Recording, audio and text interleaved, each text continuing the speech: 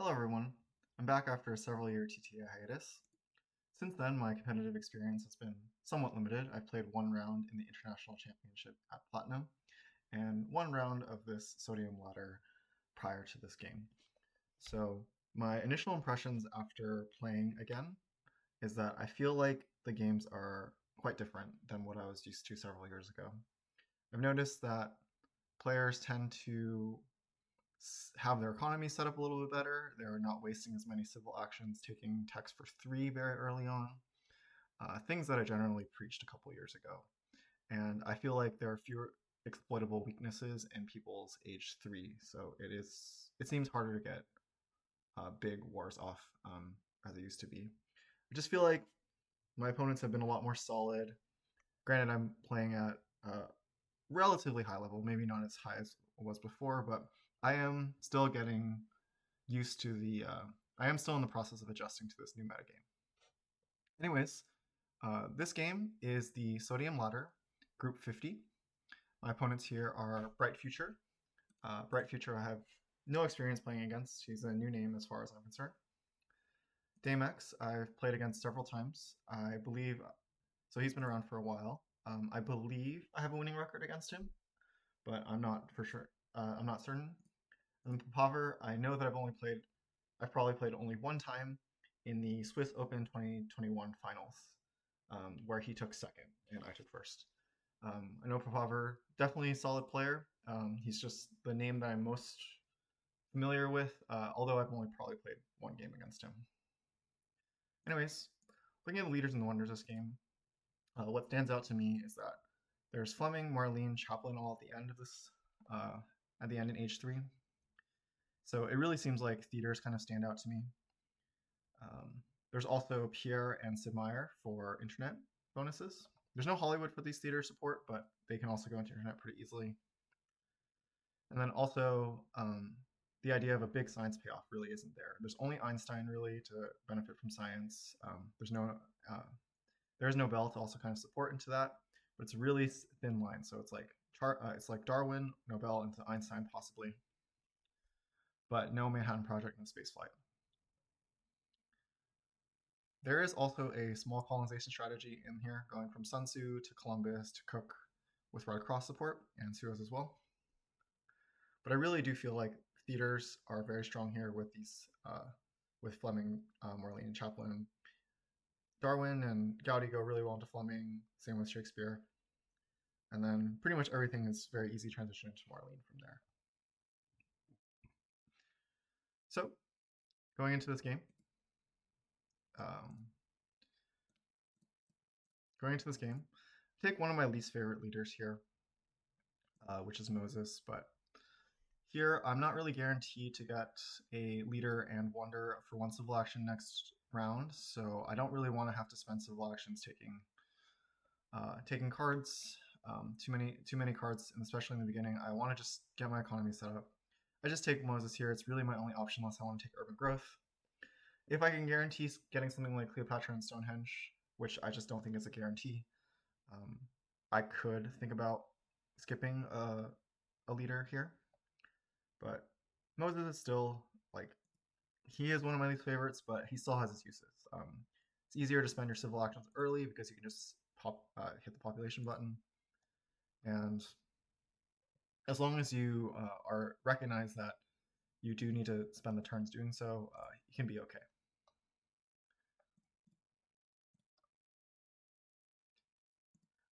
Something I wanted to mention actually is that Acropolis is pretty good synergy late in the game. Actually, you can get multiple theaters with Marlene or multiple arenas with Pierre if you get Acropolis. So it could be the kind of wonder to take for Age A. There's also some synergy with Statue of Liberty later on, even though it's not really even though Statue is probably a little bit on the underpowered side. The 3 extra yellow tokens plus the Acropolis combination could make it more appealing. So Brightfuture takes Aristotle. Aristotle is also one of my least favorite leaders. I don't think I think it's high variant. I think he's just a high variance leader. I don't really like him that much just because you're not really guaranteed to get the text on one civil action that easily. So, yeah. Um, and then also, so one more thing about the note about Moses. Even though I think he's low powered, I have been experimenting a lot in my non-tournament games, and I feel like the power level of Leaders and Wonders is even more flat than I believed years ago. daimx takes Urban Growth and Coliseum. Yeah, I would have taken Coliseum here as well. I think Coliseum is a great wonder, especially in 4-player games. And Papaver takes Frugality, Urban Growth, and Acropolis. So in this position, I could have gone Cleopatra and Stonehenge on one civil action, but it's really okay. Um, Still have my leader, still can take a wonder here, and I'm going to go for Stonehenge.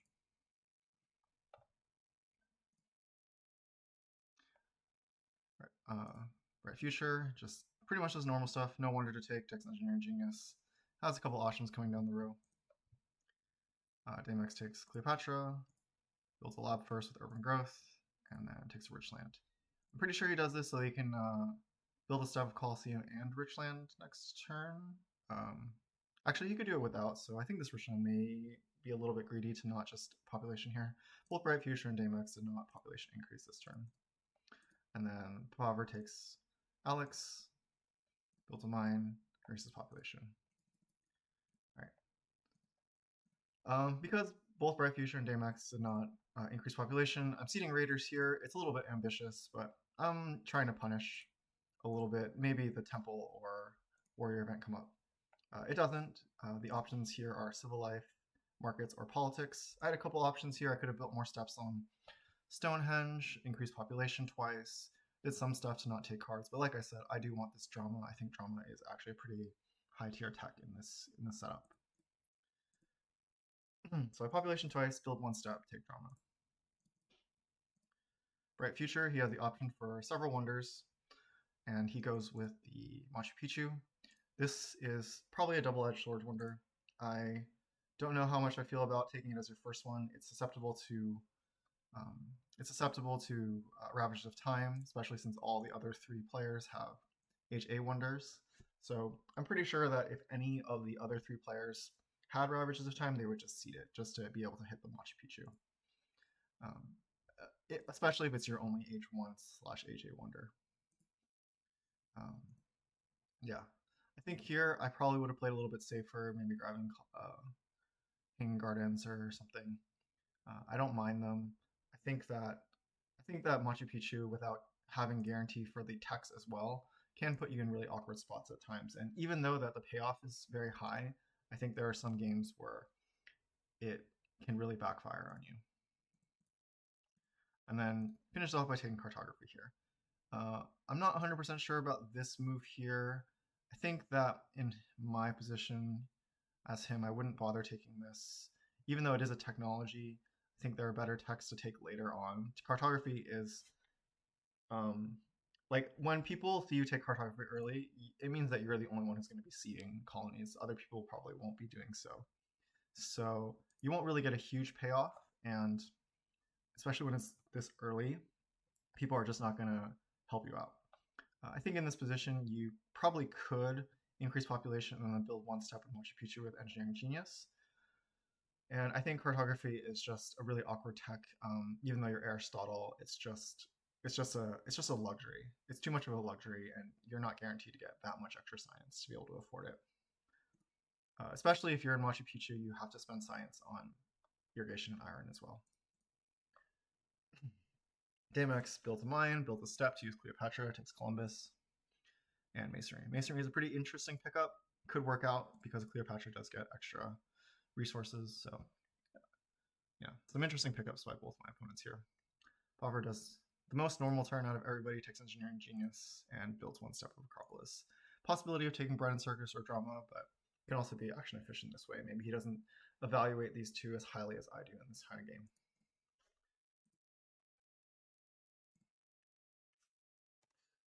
So one of the things that I mentioned in the intro is that people seem to not be seeding as often. This is probably because people are not seeding as neutral events anymore. Neutral events are not as neutral as people think they are. And in order to take advantage of this, I'm actually going to build this mine here. You can see that I start off with that. It's also one of those advantages of Moses in general, and then I have this happy face with Stonehenge. So Moses has access to extra population. There are no ways to increase my production on the row, so I'm just going to do it I'm going to do it the way that you can in AJ. Increase your production by actually just building a AJ mine or AJ farm here. Since I have Moses, I'm not inclined to build another farm, and kind of resource production is king a lot of times, especially building this mine guarantees I can finish Stonehenge next turn. I don't really need to do so. I could spend my turn building a step here, maybe taking Breakthrough and Swordsman, but I'm going to take those anyways. It's hard to not pass a break. It's hard to pass a breakthrough on one civil action. I could potentially take Bren Circus here, but I already have this extra happy face from Stonehenge, and then there's a possibility of getting Great Wall or Forbidden City for an extra happy face later on.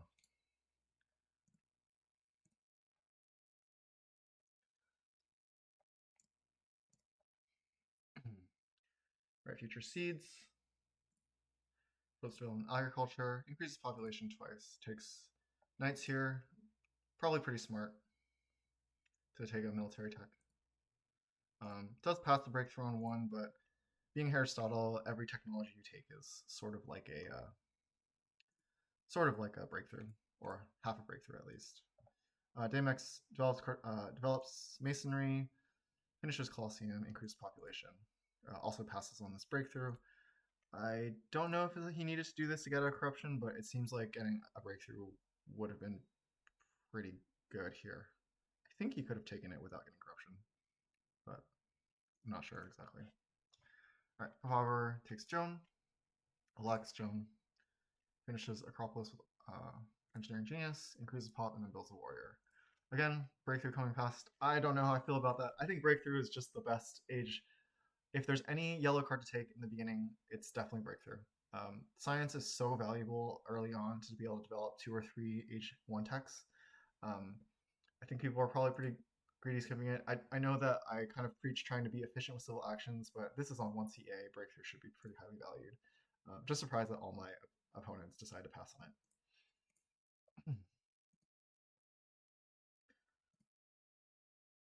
All right, here I see scientific breakthrough. There is no upgraded alchemy yet, so I feel like it's reasonable. Finish the Stonehenge, take the warfare. I did just say about this breakthrough. I already spent one civil action on one breakthrough. I have a bunch of science here left as well. I'm not going to take another one, and I'm actually looking for ways to spend all my science. So although I just talked up this breakthrough about the other people, it's because I already took one for 1CA earlier.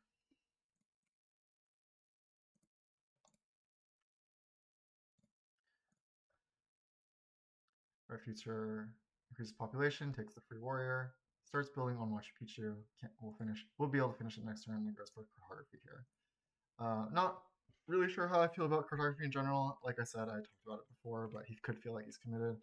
I think going for warfare is definitely a little bit smarter. Maybe even theology here, because he doesn't actually have a reasonable way to fix happiness at the moment. So developing this cartography already a little bit questionable in my opinion.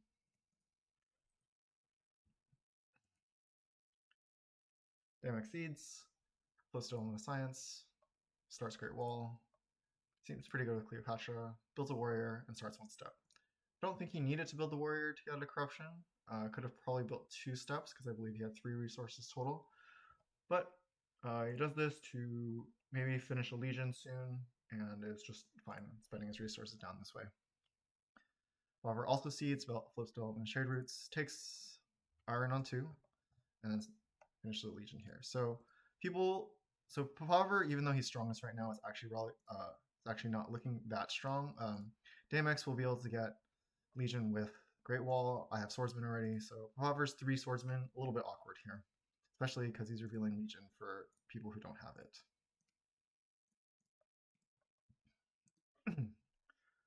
I'm weakest, the deck's about to flip. I don't want to put this in certain borders. I could end up being weak again, so let that sit for a bit. Develop Swordsman, upgrade. I'm thinking that I don't know exactly what my turn's going to look like, and I want to be able to copy Legion next turn, so I'm going to upgrade as much as I can. And then I'm also going to take this iron on 2. If I take any other of these cards, any combination of these cards, iron will drop down to 1 civil action, and I don't want to leave that possibility open for Brightfuture. I'm going to talk about this a lot, about how I play against Brightfuture this game. It's because, since he's the one who's behind me, I'm going to do the best I can to make his turns as awkward as possible. And I don't really want him to boom up his economy with this Machu Picchu so easily. I want to make it as hard as possible. In the last season of the International Championship, I had an opponent who basically got all the pieces to Machu Picchu very easily on 1CA, had his happiness set up, and then was also able to get a Republic with Robespierre on maybe the second turn of Age 2, so all of his problems were solved, and he just ran away with the game, and I really don't want to let that happen. I don't want to, especially if I'm the one who's passing to him. Sorry. You can see that I still can't draw, so Brightfuture's turn. So obviously he's going to take the iron, finish Machu Picchu here, develop knights, and then get a little stronger. As deck is very close to flipping. daimx seeds, close development of crafts. He can finish Great Wall here and flip Legion. Since he reveals Legion, now he's the strongest this turn. Elects into Columbus probably means that he has a colony in hand already and wants to use it next turn. Otherwise, you could potentially use Cleopatra for one more turn. Papaver takes Alchemy, so he's really leaving the job to me to deny these irrigation. I'm not opposed to it. I think irrigation in this set of cards is pretty good, actually. With Statue, with Suez, with Ocean Liner, irrigation can definitely be enough to get you all the way in terms of your population. So I don't mind it. I just wish that other players would take the initiative into denying Brightfuture's possible booming economy. And because of this, I'm not really able to hit this population button as much as I want to. I'm not able to develop the text that I want to. Something that's in the back of my mind is that Dark Ages is possible, and I really want to spend out my science as much as possible before it could potentially hit. So I'm really eyeing this eyeing this monarchy next turn, hoping to get it. There are 2 copies. Other players could also do it as well, so I'm just hoping that people don't value monarchy as much as I do. I'm also looking at this Forbidden City as possible happiness solution. Pretty much anybody could take it. daimx, though, would be really expensive, though, because 3 civil actions, only 4 available. Whoever could take it as well. But it's just something that I'm eyeing and hoping for. If not, I can still back into the fact there's one more Bread and Circus available. Okay.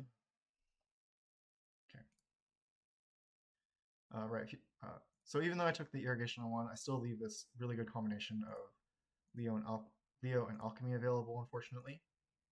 Brightfuture does it this way so that he becomes the strongest as opposed to the weakest. If he didn't fulfill these tactic twice, he would actually only be at 7 strength. So, so he'd end up being the weakest here after his turn. daimx uses Columbus for Inhabited, takes one of the monarchies, takes a swordsman. Now Papaver is definitely destined to be a little bit awkward here. I can't really upgrade these warriors into anything, so at most if he keeps Legion, it'll be 7 strength.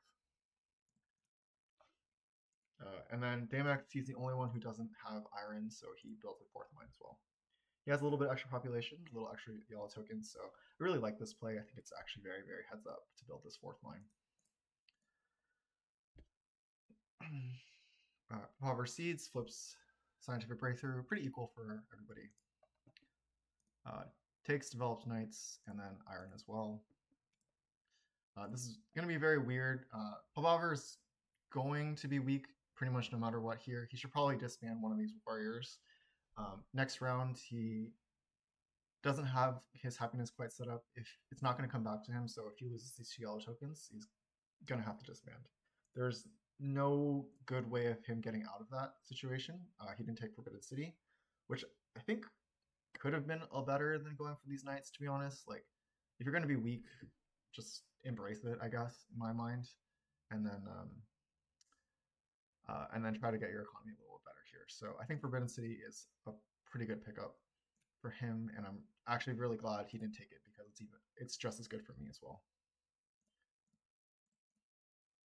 So get the monarchy that I was eyeing, get the Forbidden City. I'm not gonna be able to switch into a new leader this turn. If it was on 1 CA, maybe I would have thought about somebody else, but it's just too action intensive. So yeah, copy the Legion and then upgrade a mine again. So yeah, my resource production is looking healthy. My civil actions are looking healthy. I kind of like where I'm in. Brightfuture upgrades the lab, takes the second irrigation. There's no way for any of the other players to deny it. I believe Papaver had a chance to do it on 3, but there's no way that's going to happen. Upgrades the lab again. Papaver though, or sorry, Brightfuture though, he is going to have some real happiness issues. There's that one Bread and Circus available, but he only has 4 civil actions to reach for it. It's just going to be a little bit weird. daimx takes alchemy as well, so everybody has taken alchemy except for me. Increases twice, builds another warrior. Yeah, not 100% sure about building another warrior, but I guess he wants to be the strongest. And then H2 starts. So you can see that Papaver's civilization, it's a little bit awkward here because, like I said, he could have disbanded this warrior earlier. He's going to have to do it now and then reveal the medieval army. Still going to be the weakest anyways with these knights developed. So, like I said, that 7 versus 8 strength, probably not a big deal to be honest. And then maybe if you don't develop these knights, you can more easily get an H2 military tech. All right, so I've been finished with Forbidden City here. I essentially have to take and elect Nostradamus. I don't have to elect Nostradamus. I could maybe increase population here so that I can spend on my food. I am thinking that I just want to see what the events are coming up to. There is a risk. I haven't seen rats or anything. And I could be losing out on that, on this food that I have. But like I said, I think the benefit of seeing the event deck coming up is worth it. I'm at this point though, I have a lot of civil actions, a lot of resource production. I'm really eyeing these 2 science wonders here. I think those could both be extremely good for my civilization. And then if I pick up Code of Laws with 7 civil actions, monarchy, and with Forbidden City, I'm pretty set for the whole game. So I'd be pretty set for civil actions this whole game. Brightfuture seeds, flips new deposits. Goes for the iron upgrade, and then also has to disband 1 mine, and then he's actually going to be in corruption here. He had the opportunity to take Bread and Circus, develop it, and build 1. He would have been in deep corruption, -4 corruption here. So I think that's probably why he didn't choose it. Maybe that would have been better if he didn't seed, could have thought that new deposit's a possibility. But yeah, like I said, this is very weird to be it's just he's just put himself in a pretty awkward position. Not a lot of civil actions, and then he has to actually have Machu Picchu develop with only 6 resource production. So yeah, I'm gonna assume that he knows that Rebellion isn't in the deck. If he knew that Rebellion was in the deck, or if he had doubts about Rebellion being in the deck, and he left these 2 unhappy workers here, this could just be game losing. To have to skip an entire turn is just it's just too harsh. So I'm gonna assume that Rebellion is just not in the deck. Now, daimx seeds, flips Reign of Terror, begins Universitas, and then develops Swordsman. He does this twice. It's not. I mean, I generally wouldn't do it in order to conserve as many H2 draws as possible. I think he's looking at the fact that Papaver can't really get any stronger and could be susceptible to some aggressions.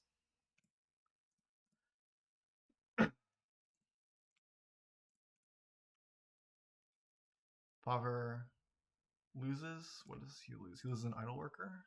Yeah. Has to use food to increase population. Builds a temple here, and then increases his production here. I think even if it at the cost of corruption, I would take Code of Laws here. I think it's too important for him. His science production is decent, and getting more than 4 civil actions is just too important to ignore. I'm pretty sure he does this temple because he probably has 4 defense strength, either with 2 H1 cards or 1 H2 card. But I think that's why he's doing it this way.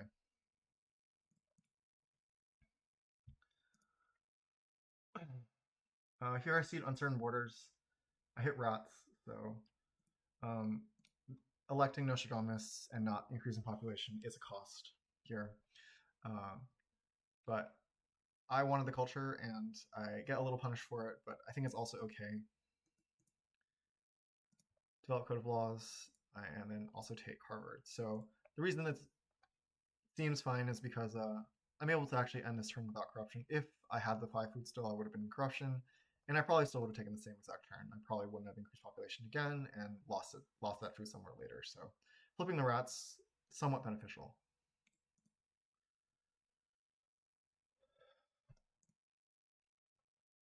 Brightfuture takes Justice System, um, develops, and then goes for Irrigation. Again, he skips the Bread and Circus. I think this is a very greedy line. I think that you could take Code of Laws, develop, Bread and Circus, develop, and build all on the same turn. So he is really proving to me that he has knowledge about rebellion. I do think that this is a little bit too greedy, though. I think that Bread and Circus, with this kind of setup, is just necessary. You do need to access your population, and you can run into a lot of problems with it this way. I know that Bread and Circus isn't the longest term solution, but it's here, it's on 1 CA, and I think it just needs to be done. This justice system, it's nice with your extra resource reduction, but getting Bread and Circus out, building it, and then building another mine actually plays off your Machu Picchu even better.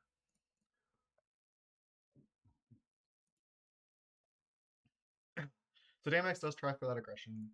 Papaver is able to defend with 2 H1 cards, takes Darwin, finishes Universitas, goes for Code of Laws, and selective breeding.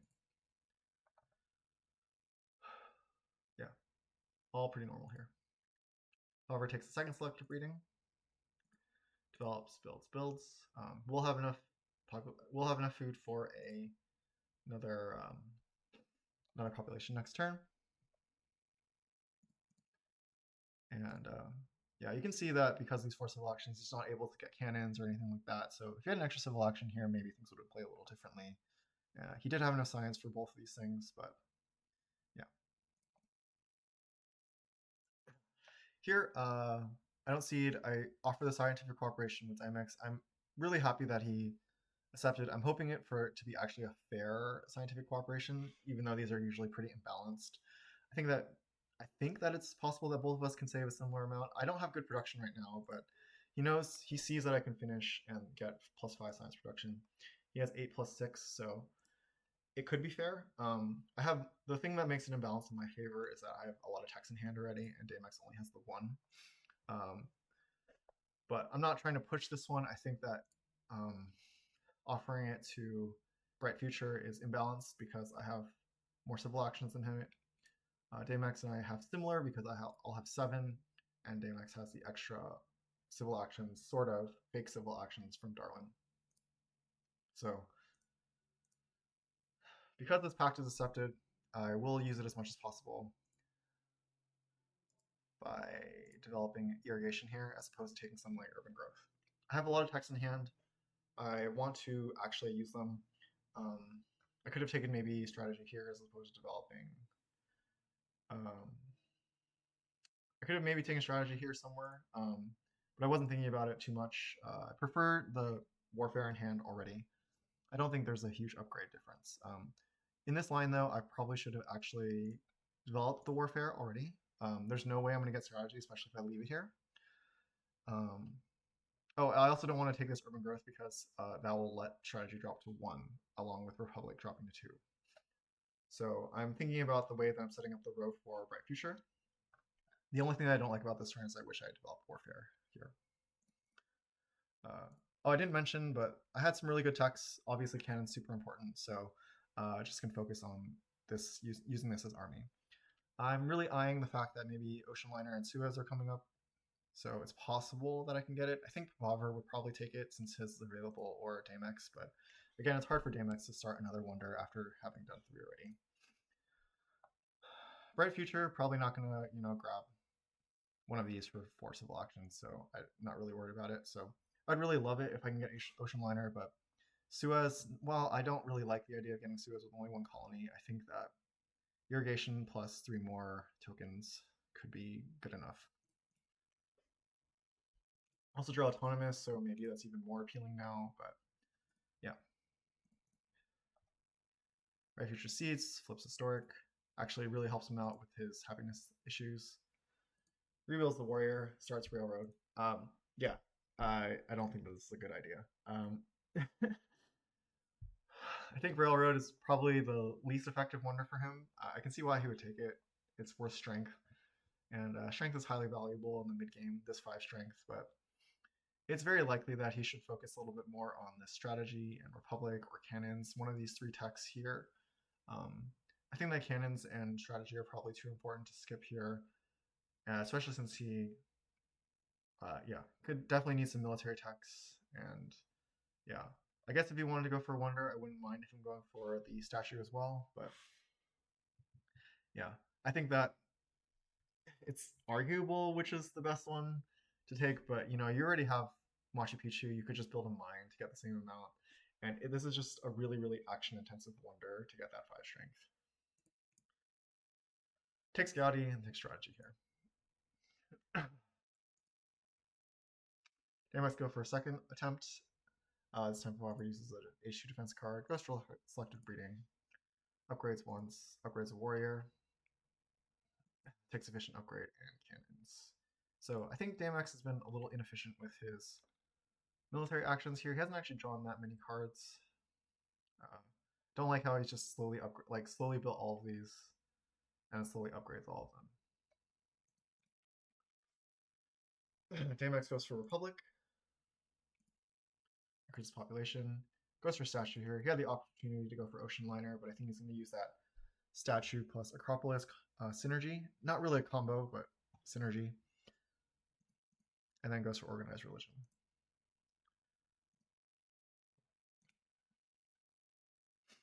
So I wasn't expecting it, but I did get the opportunity to bid for Ocean Liner, or sorry, not bid for Ocean Liner. I got the opportunity to actually take Ocean Liner here. I have just enough resources to finish. There I seeded Habitat 2. Just a little bit for culture, a little bit on the idea that maybe I can send all of these swordsmen away for it. I'm not expecting too much, but I know that Brightfuture is probably going to finish this railroad or develop strategy, so I'm not going to be one of the I'm going to be one of the 2 weakest next turn. I didn't really feel like getting hit by the raiders next turn, especially if I take and finish Ocean Liner. I'll have my resources. Maybe I can get reserves or patriotism and build 2 cannons next turn. So yeah, I don't really like the colony seed too much, but at the same time, I just see it as a necessary evil. So I take, finish Ocean Liner, increase pop with it, develop Warfare. Yeah, not going to take the breakthrough here. Like I said, I need to develop these cards. And Shakespeare is an intensive, action-intensive leader, and he's the one that I'm trying to set up for. If I wasn't trying to set up for Shakespeare, I could have probably taken Catherine here. But the thing is that Brightfuture has Gaudi, daimx has Darwin already. Papaver, he's not going to be set up for Shakespeare, so I'm trying to play into that theater idea that I thought earlier.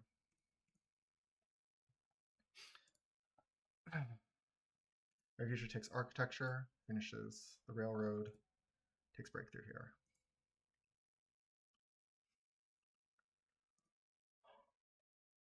daimx sees again, flips foray, good for these 2. Upgrades with the efficient upgrade, and then builds a warrior instead of a swordsman. Like I said, super awkward way of building the military. Doesn't leave enough resources to build journalism next turn, but leaves enough resources to build a coal, which I think is why he did it this way.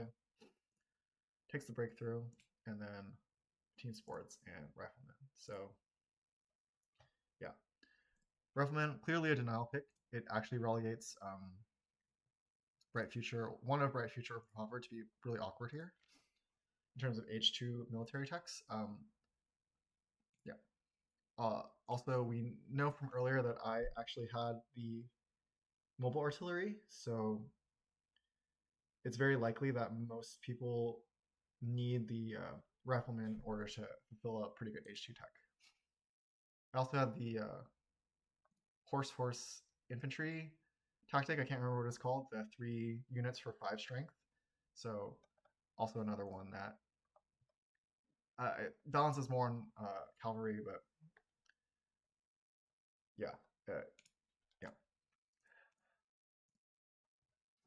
All right, Papaver finishes statue, increases population, goes for patriotism, goes for navigation, develops navigation. So here's like a little bit of a red flag turn for me. I remember from seeing from Nostradamus for the uncertain borders that I had, there was also barbarians. So I think that the way that Papaver plays, it's one of those two on top. If it's uncertain borders, I really don't want to lose it. So I'm not going to see it here. Economic progress is a possibility. I have pretty good resource production compared to rest, but I know that daimx eventually is going to go for coal. Um, yeah, so I don't necessarily want to seed it. And even though I want the culture, I'm going to hold off on that.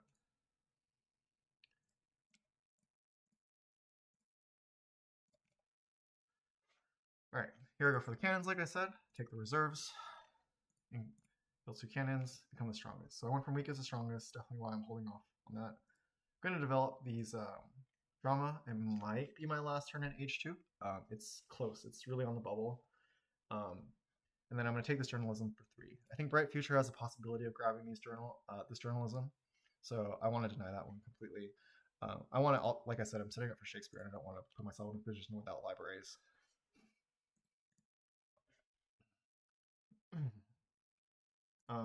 Because I think this is the last turn in H3, I think I managed my actions pretty well. I was able to get all my techs out. I'm glad for that.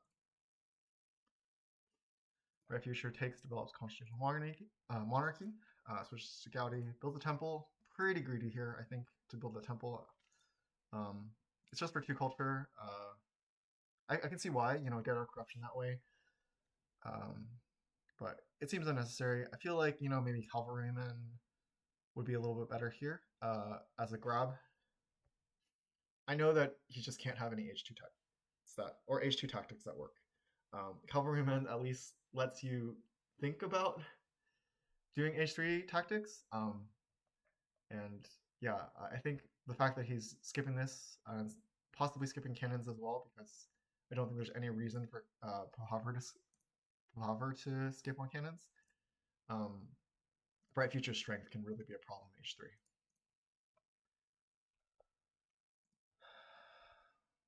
daimx one more time against Papaver's.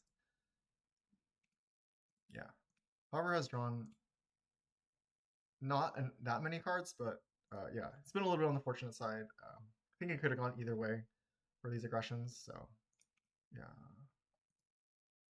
All right, so daimx, yeah, takes, develops coal, upgrades, develops team sports because it's gonna need it for next turn anyways, and urban growth for that later. Power uses patriotism, takes regality, takes cannons, takes wave of nationalism, builds an army here. So extremely awkward play here. To build these especially to build a warrior. So again, this really makes me think of uncertain borders. I don't think anybody should react this much to just one population loss. Yeah, I really make it think it's uncertain borders. We already see that I've developed and revealed fortifications. So the fact that you're even going for this medieval army, long term, it's probably pretty bad. I really don't like it.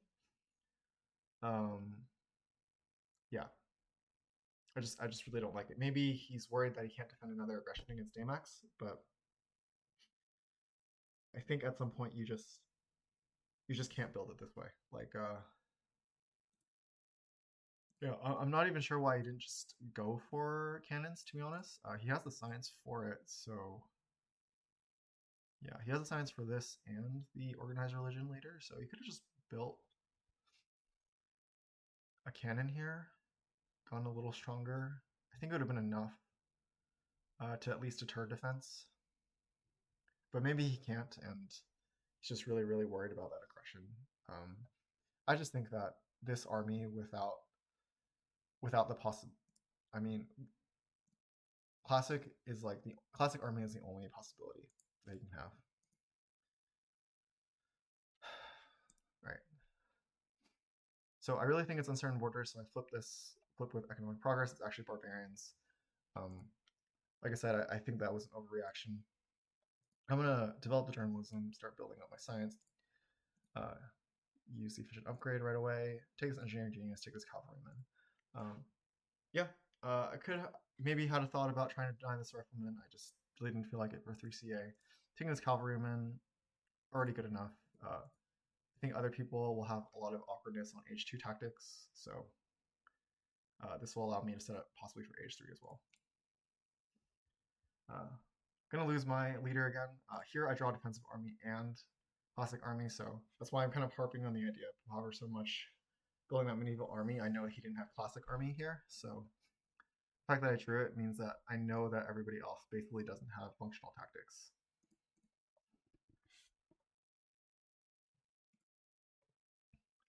Brightfuture takes, develops multimedia, increases population twice, builds it right away. Part of me likes the greediness. Part of me likes the part of me likes the greediness. Part of me hates it. Skips the rifleman here, so I like the idea that Brightfuture is in a position where he feels like he needs to take some risks. I'll pause the game after this to show everybody's position. So yeah, part of me likes the idea of greediness, but at the same time, maybe it's too much. I think these riflemen are just too key for possible techs. It's not possible for the ones that are revealed, and maybe he's just really hoping for like cannons or sorry rockets right away. Um, but not taking this rifleman is just so greedy at the same time. Yeah, I'm really torn about this. I like it and I just don't at the same time. All right, daimx seeds, flips good harvest, goes for the team sports, upgrades the warriors, goes for military theory, and takes opera here. So daimx also has potential for going for Fleming later on. daimx, or sorry, Papaver offers me international trade agreement for the extra resources, gives me extra food, which doesn't help me that much, but it's very possible to give me 1 or 2 extra population earlier. So I think Papaver is okay. After this turn, it's the first turn that everybody had an H3. I haven't had an H3 turn yet, but I had my last H2 turn here. That's why I'm going to pause in this position. Looking at the standings, everybody has pretty good economy actually, pretty good resource production, and everybody has actually all their food production set up already. So that's one of the things that I've noticed about these games is that people are much better about getting this parts of their economy up, and it looks solid on paper, or at least on the numbers. Brightfuture has really good possible infrastructure if he's actually able to access population. That's his biggest bottleneck here. Has his multimedia to really spend down his resources, though, and if he's able to build more of these, he could possibly run away, possibly put himself in a really good position with science and culture that way.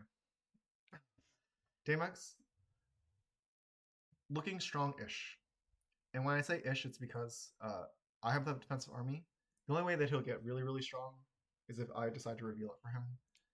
And I do have that possibility of doing so since I actually have defensive army already built. One reason that I would think about revealing it for him is because I know that Uncertain Borders is this card on the deck. Good Harvest was revealed earlier and Barbarians was revealed earlier, so I absolutely know from Nostradamus.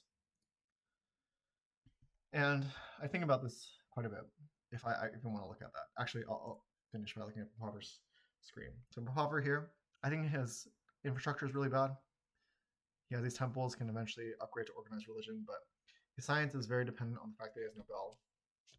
Not a lot of good ways to get more culture. daimx has a possibility of going to journalism with opera or something like that, so has a text in hand, has potential for cannons at least with Great Wall, and he could really swing this game anyway. So I think Papaver's mostly the most mostly the person who's bringing up the rear in this, even though he has a cultural lead. I think the economy and infrastructure is the worst out of everybody. Obviously, I have my techs already developed, so every science I get from here is just pure bonus. I don't really need to develop anything else. Especially, I could just go with an army. The biggest problem with defensive army, like I was trying to say earlier, is that daimx is so well suited up for it. If he goes all in military, has military theory, builds 3 armies, cannons, gets 9 extra strength from Great Wall, he can just be so strong. He even has the ability to get 3 more population soon with his natural production. And then even after that, could possibly disband on top of that just to get Air Force out. It's definitely a possibility, but maybe not completely guaranteed because that relies so heavily on wars, and you're not really guaranteed to draw that many. But I decided to make this decision that I really want this Uncertain Borders to win. And even though I don't guarantee it, I want to do it in a way that I'm also going to draw as many cards as possible for H3. So I offer this Promise of Military Protection to Papaver. I figured he would accept it. Extra culture, why not? Could always cancel it next turn if you wanted to just deny me that one culture. I'm not really in position to get aggressed anyway, so I go Shakespeare, build my theater, build another library, take these riflemen as a denial pick for Brightfuture, and then reveal the defensive army. So this brings me up to 31 here, and I only needed 1 military action to do so. If I didn't offer the Promise of Military Protection, I would have probably built another cannon here instead of the library, and then taking the reserves. The problem with taking those reserves is that it drops Revolutionary Idea to 1. And I think Revolutionary Idea is just a very, very important technology for our Brightfuture. He needs to, in order for him to fulfill tactics, he needs H3 units. He needs H3 military techs, and that is expensive. That is just really, really expensive to do. So Revolutionary Idea, absolutely super key card for him, and I don't want to make it that easy. Also, Modern Infantry is here as well, so both of these will end up on 2 civil actions. It's just harder and harder to take those things.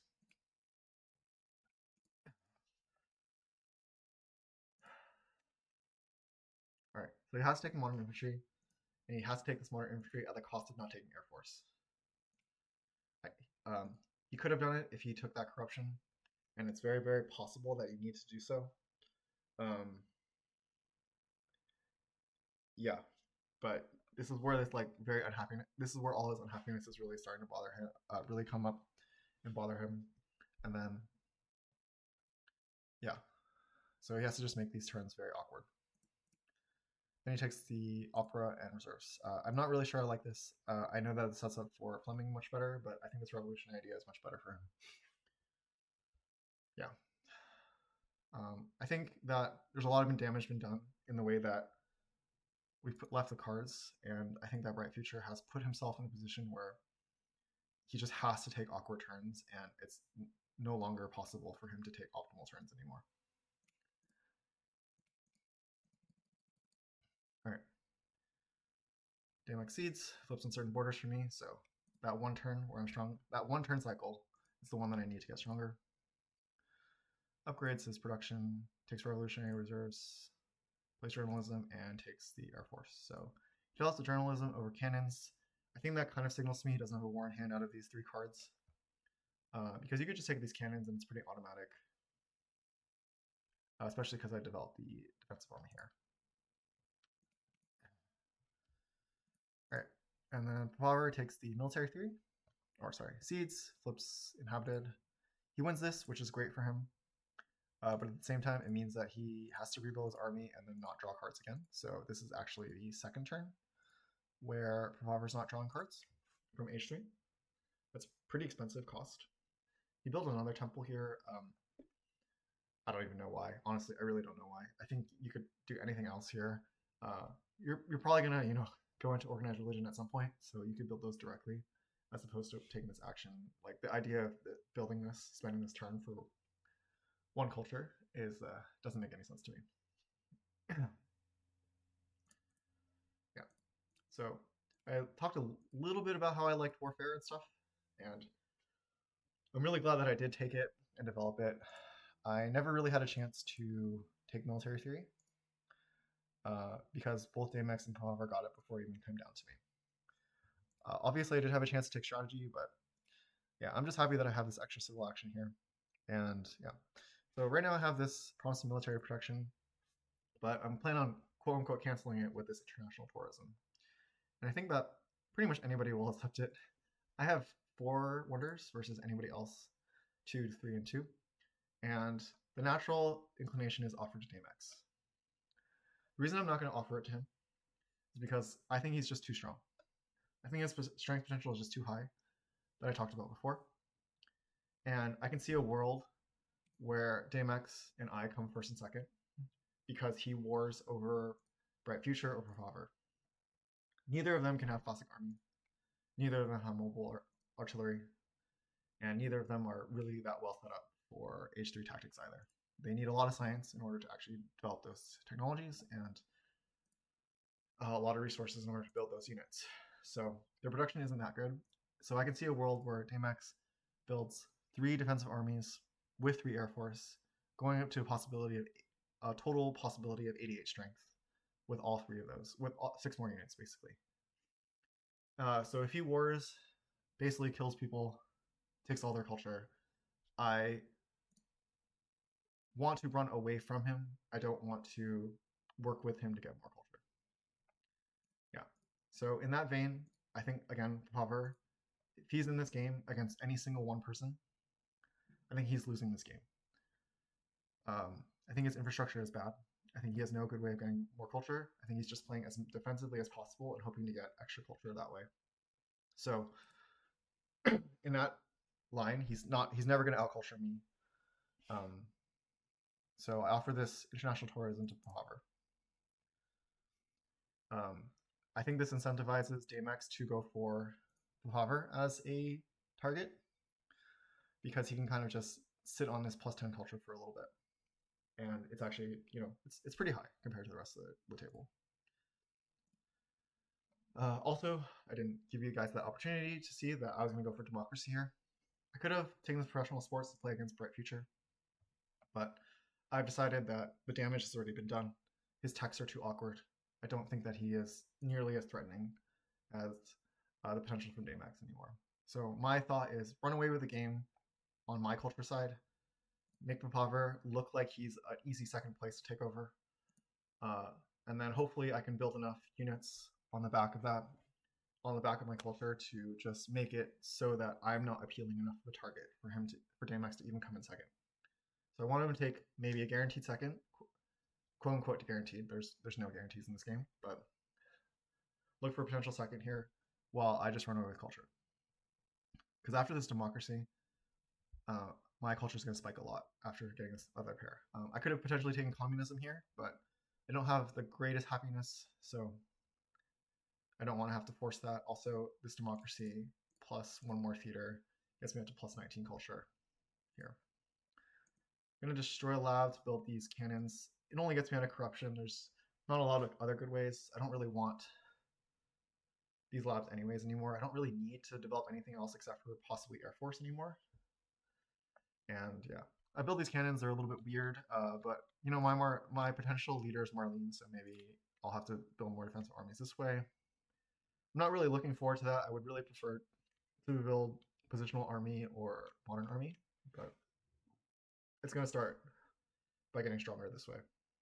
I didn't also want it to be the weakest after I know that Brightfuture is probably going to go for pro sports here, so this gets me up from 27 to 30 as opposed to being against 28s here. And then for the last 3 actions, take this patriotism here. There were thoughts about taking the internet, but like I said, I think I'm just gonna go up with natural production.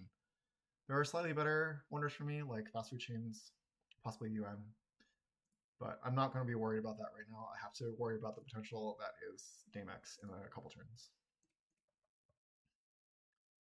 So draw some wars myself. Impacts are okay. Obviously, harmony is pretty good for me right now. Agriculture is going to be the worst. Technology is not the best, but it could be okay because my science production is not bad. But I only have the 1 developed right now. So Brightfuture goes for those pro sports, like I said. He's kind of forced to, basically. Builds a library, takes rockets, takes oil. Taking that taking that building that library here. We can talk about it a little bit. It's very very greedy. I think it's just too greedy. I think that these 9 resources doesn't respect the fact that daimx is so strong potentially, and these 9 resources could eventually be a rocket or something. Maybe you can threaten positional army or entrenchments over the next turn or two. Uh, yeah, it's pretty expensive. It could at least, at the very very least, be pro sports, and you have more strength that way at least. All right, daimx seeds, flips wealthy. He wins it, has a bunch of cards. This does slightly reduce his potential strength, especially he goes for a library here, so his strength potential actually goes down a lot here. But he's still going to build 2 cannons here. But he's not as close to filling 3 armies anymore. So looking at his strength, he has enough to build 2 air forces plus 1 more cannon next turn. Technically, if he had Churchill, he had enough to finish this army and then build 2 more air forces on top, but he doesn't have enough civil actions for that. Yeah. So I'm really looking at his strength, probably 64-ish or so next turn. He can get a little bit stronger, but not too much stronger. All right, Papaver Seeds. Very few cards. Flips Iconoclasm. I actually know that this seed was from daimx. In this deck, this was 3 daimx seeds, 1 Papaver seed, and 1 my seed. Economic Progress is mine. I'll tell you which one was Papaver's later. He develops Military Theory, places reserves, Christian Upgrade, Multimedia, and then does the ultimate denial pick with going for Marlene. He's actually taxes completely filled out. So, yeah, taxes are completely filled out. And goes for Marlene here. Without any theaters. It's just complete denial pick. Yeah. Even Pierre is a little bit better. I guess he can kind of threaten a bigger army later, but not really at the same time. It doesn't have enough resources to really threaten like a positional army or modern army. Double outdated modern army maybe, but somebody who hasn't drawn any cards doesn't really threaten anything. All right, fast food chains is on the row here, eyeing that a bit, but you can see that Air Force actually drops. This is Papaver seed, of course. So go for Chaplain, increase population twice. Go for 2 warrior. Go for 2 swordsmen to finish out that tactic. So I'm gonna threaten at least 62 strength. So I don't think daimx will look for me as a target. I could go for more because I have the resources for it, but easy upgrades say that I can go for 62 strength. I'm gonna skip on this fast food chains for now. I need the Air Force too badly. Obviously, I actually need Chaplain for the happy faces. So it's one of the reasons I need to go for him. Yeah, fast food chains I think is like 26 for me at the moment. Definitely the biggest wonder by far. But with this Air Force, I feel completely safe. Our production is very high compared to others. My infrastructure is really high compared to others.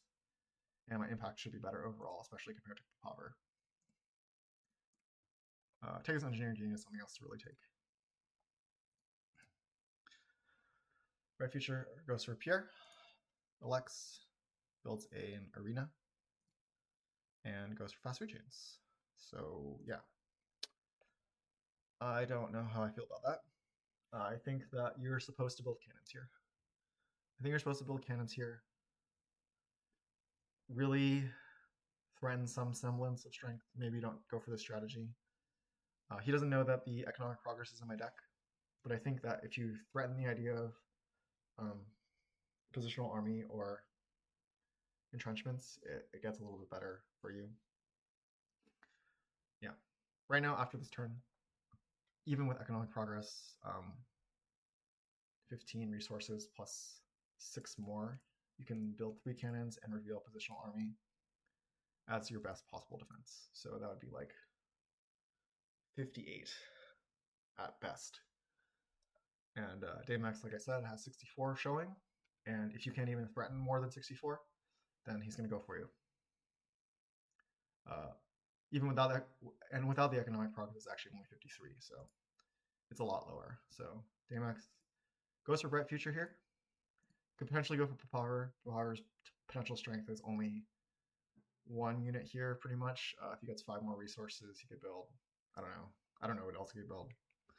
2 cannons or something. 2 cannons for double defensive army. It's still not that much more, to be honest, because he's using 8 strength in medieval army tactics right here. So maybe Papaver's potential strength is something like 51 to 53 as well. Yeah, daimx, he's going to target Brightfuture here, possibly because overall Brightfuture looks like he could win in impacts a little bit more. And if he doesn't have positional army, then his strength potential is very, very, very low. Yeah, I'm still not 100% sure which one is the best one to go for, but daimx chooses Brightfuture. Plays reserves for food. Goes for Air Force. Disbands for an Air Force. And has 64.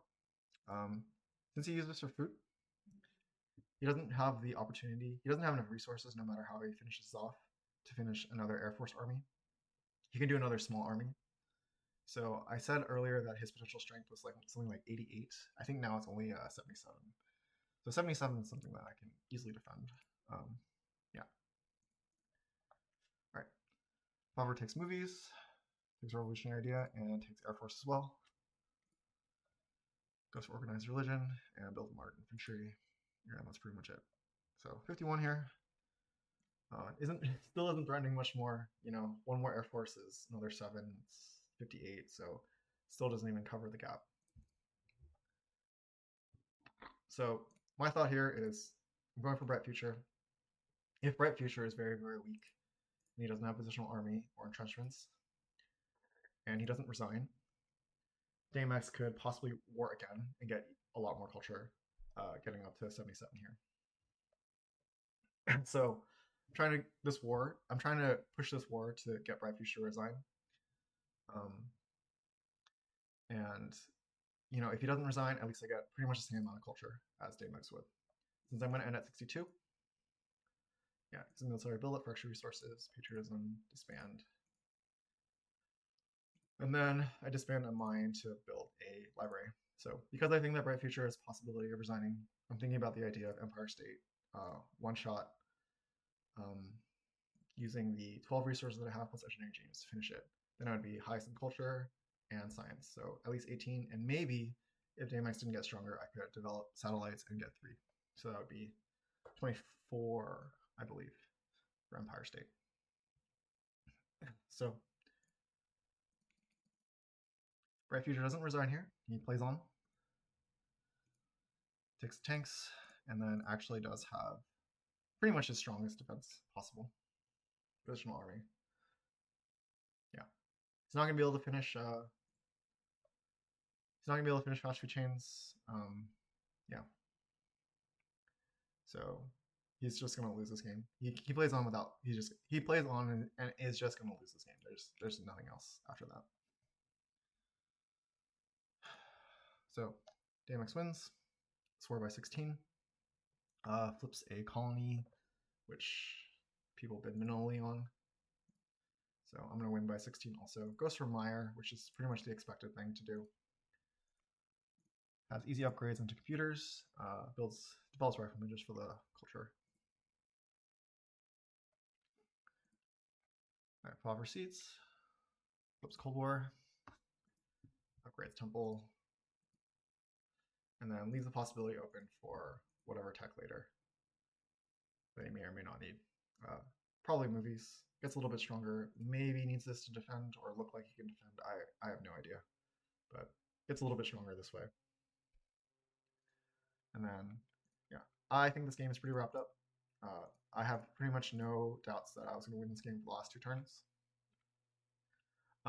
But something that's going to be really awkward here on my turn is that I know this economic progress is top in the deck. And since I have -2 food production, if economic progress flipped earlier, I wouldn't have this problem. I could technically finish Empire State still for 18 with strength and culture, but I'm not going to do it because I'm going to lose 8 points out just for the starvation. Also, the possible seeds that I have become a little bit stronger. Technology would become a little bit stronger against daimx and Papaver, respectively. They will have 3 technologies and then Papaver will also have 3 technologies. So, yeah, I'm going to seed impact of technology here, get out that economic progress.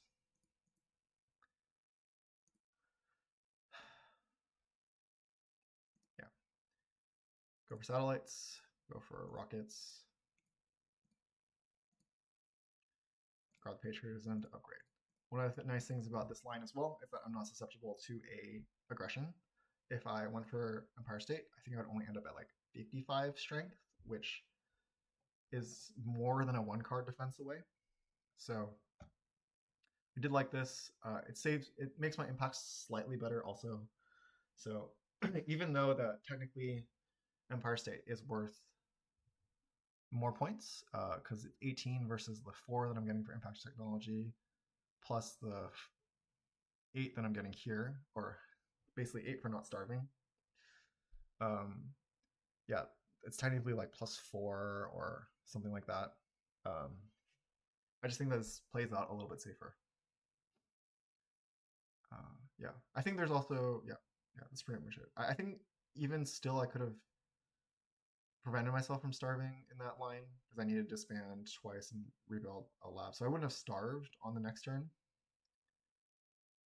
But this also makes my harmony better, so it's a little bit so that's +4 that way. Yeah, it's really close. But I just wanted to make my civilization a little bit better as opposed to this really 18 minus 8 kind of situation.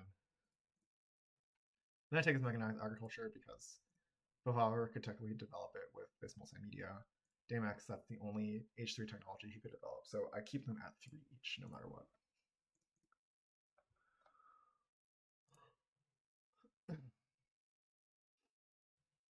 Alright, Brightfuture just does his turn.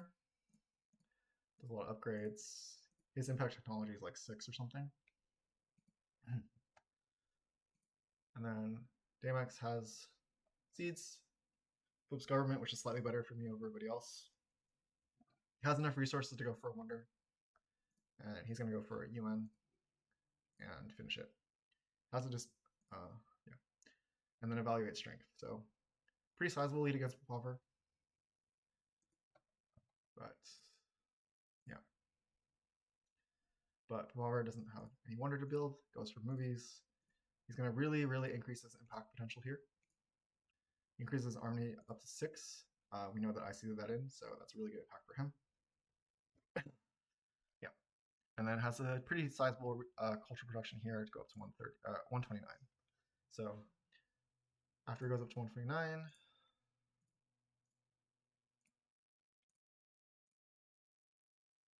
yeah, see the first impact is population. After this first one, this is up a Papaver seed. You can see it actually really tightens up between these two. Obviously, there's nothing's going to happen for here, nothing's going to happen here. There's too much of a gap. So this is the real focus here between daimx and Papaver. Variety, I believe it's slightly better for daimx.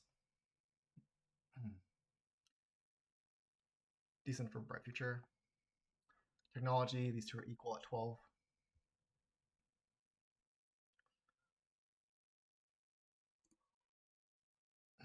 Industry, 7 equal, 8 for Brightfuture. And then last impact is harmony. So we know that there is an actual 8 difference here between these two on this one. So that actually brings them all the way up to a tie. So I think Papaver, even though I talked him down a little bit in this situation, he benefited from the fact that he looks so weak that he wasn't picked on. Either one of us could have gone for a war against him as opposed to Brightfuture. The only reason that I had to, though, is because I felt like Brightfuture being too weak could have led to a runaway game for daimx in terms of warring, and I just didn't want to let that one happen. So if I went for a war against Papaver in that one turn that I went for Brightfuture, this game would have turned out a little differently. But I was trying to secure my first place more than I was trying to. More obviously, I'm going to try and secure my first place over trying to help somebody else get second. So, yeah, I don't usually do this, but one thing I want to note is that I want to look at the resource and population graph here later. So, resource and population graph. Even though Brightfuture, he had like Machu Picchu and stuff, his population stays very, very low in the game, especially because so much of it is unhappy. He's not really able to access it either. So that did cause a lot of awkwardness. Resources as well. He had Machu Picchu and Railroad, and he actually stays lower than me the entire time. I did have Form Iron, so that helped a lot, but he really doesn't even match up against Papaver very well, who also only just had basic iron with international agreement. So even though he had spent all those turns and actions, civil actions, upgrading resource production just wasn't that good. And I think that people really overvalue Machu Picchu lately, and there are times that I do as well because I really love it. Uh, it can cost you. I'm just saying it can really cost you. And I think this game is an example of how awkward Machu Picchu can be without having exactly the right setup. It takes a lot of setup, and if you don't have exactly the right one, it's just not going to come out very well. So high risk, high reward play for Brightfuture, and this time it was just the risk. Okay, I hope you joined this game. I have one more scheduled, one more game that I'm thinking about casting within the next week or two, assuming it finishes. So hopefully you're on the lookout for that one. All right. Thanks. Hope to see you in the next video.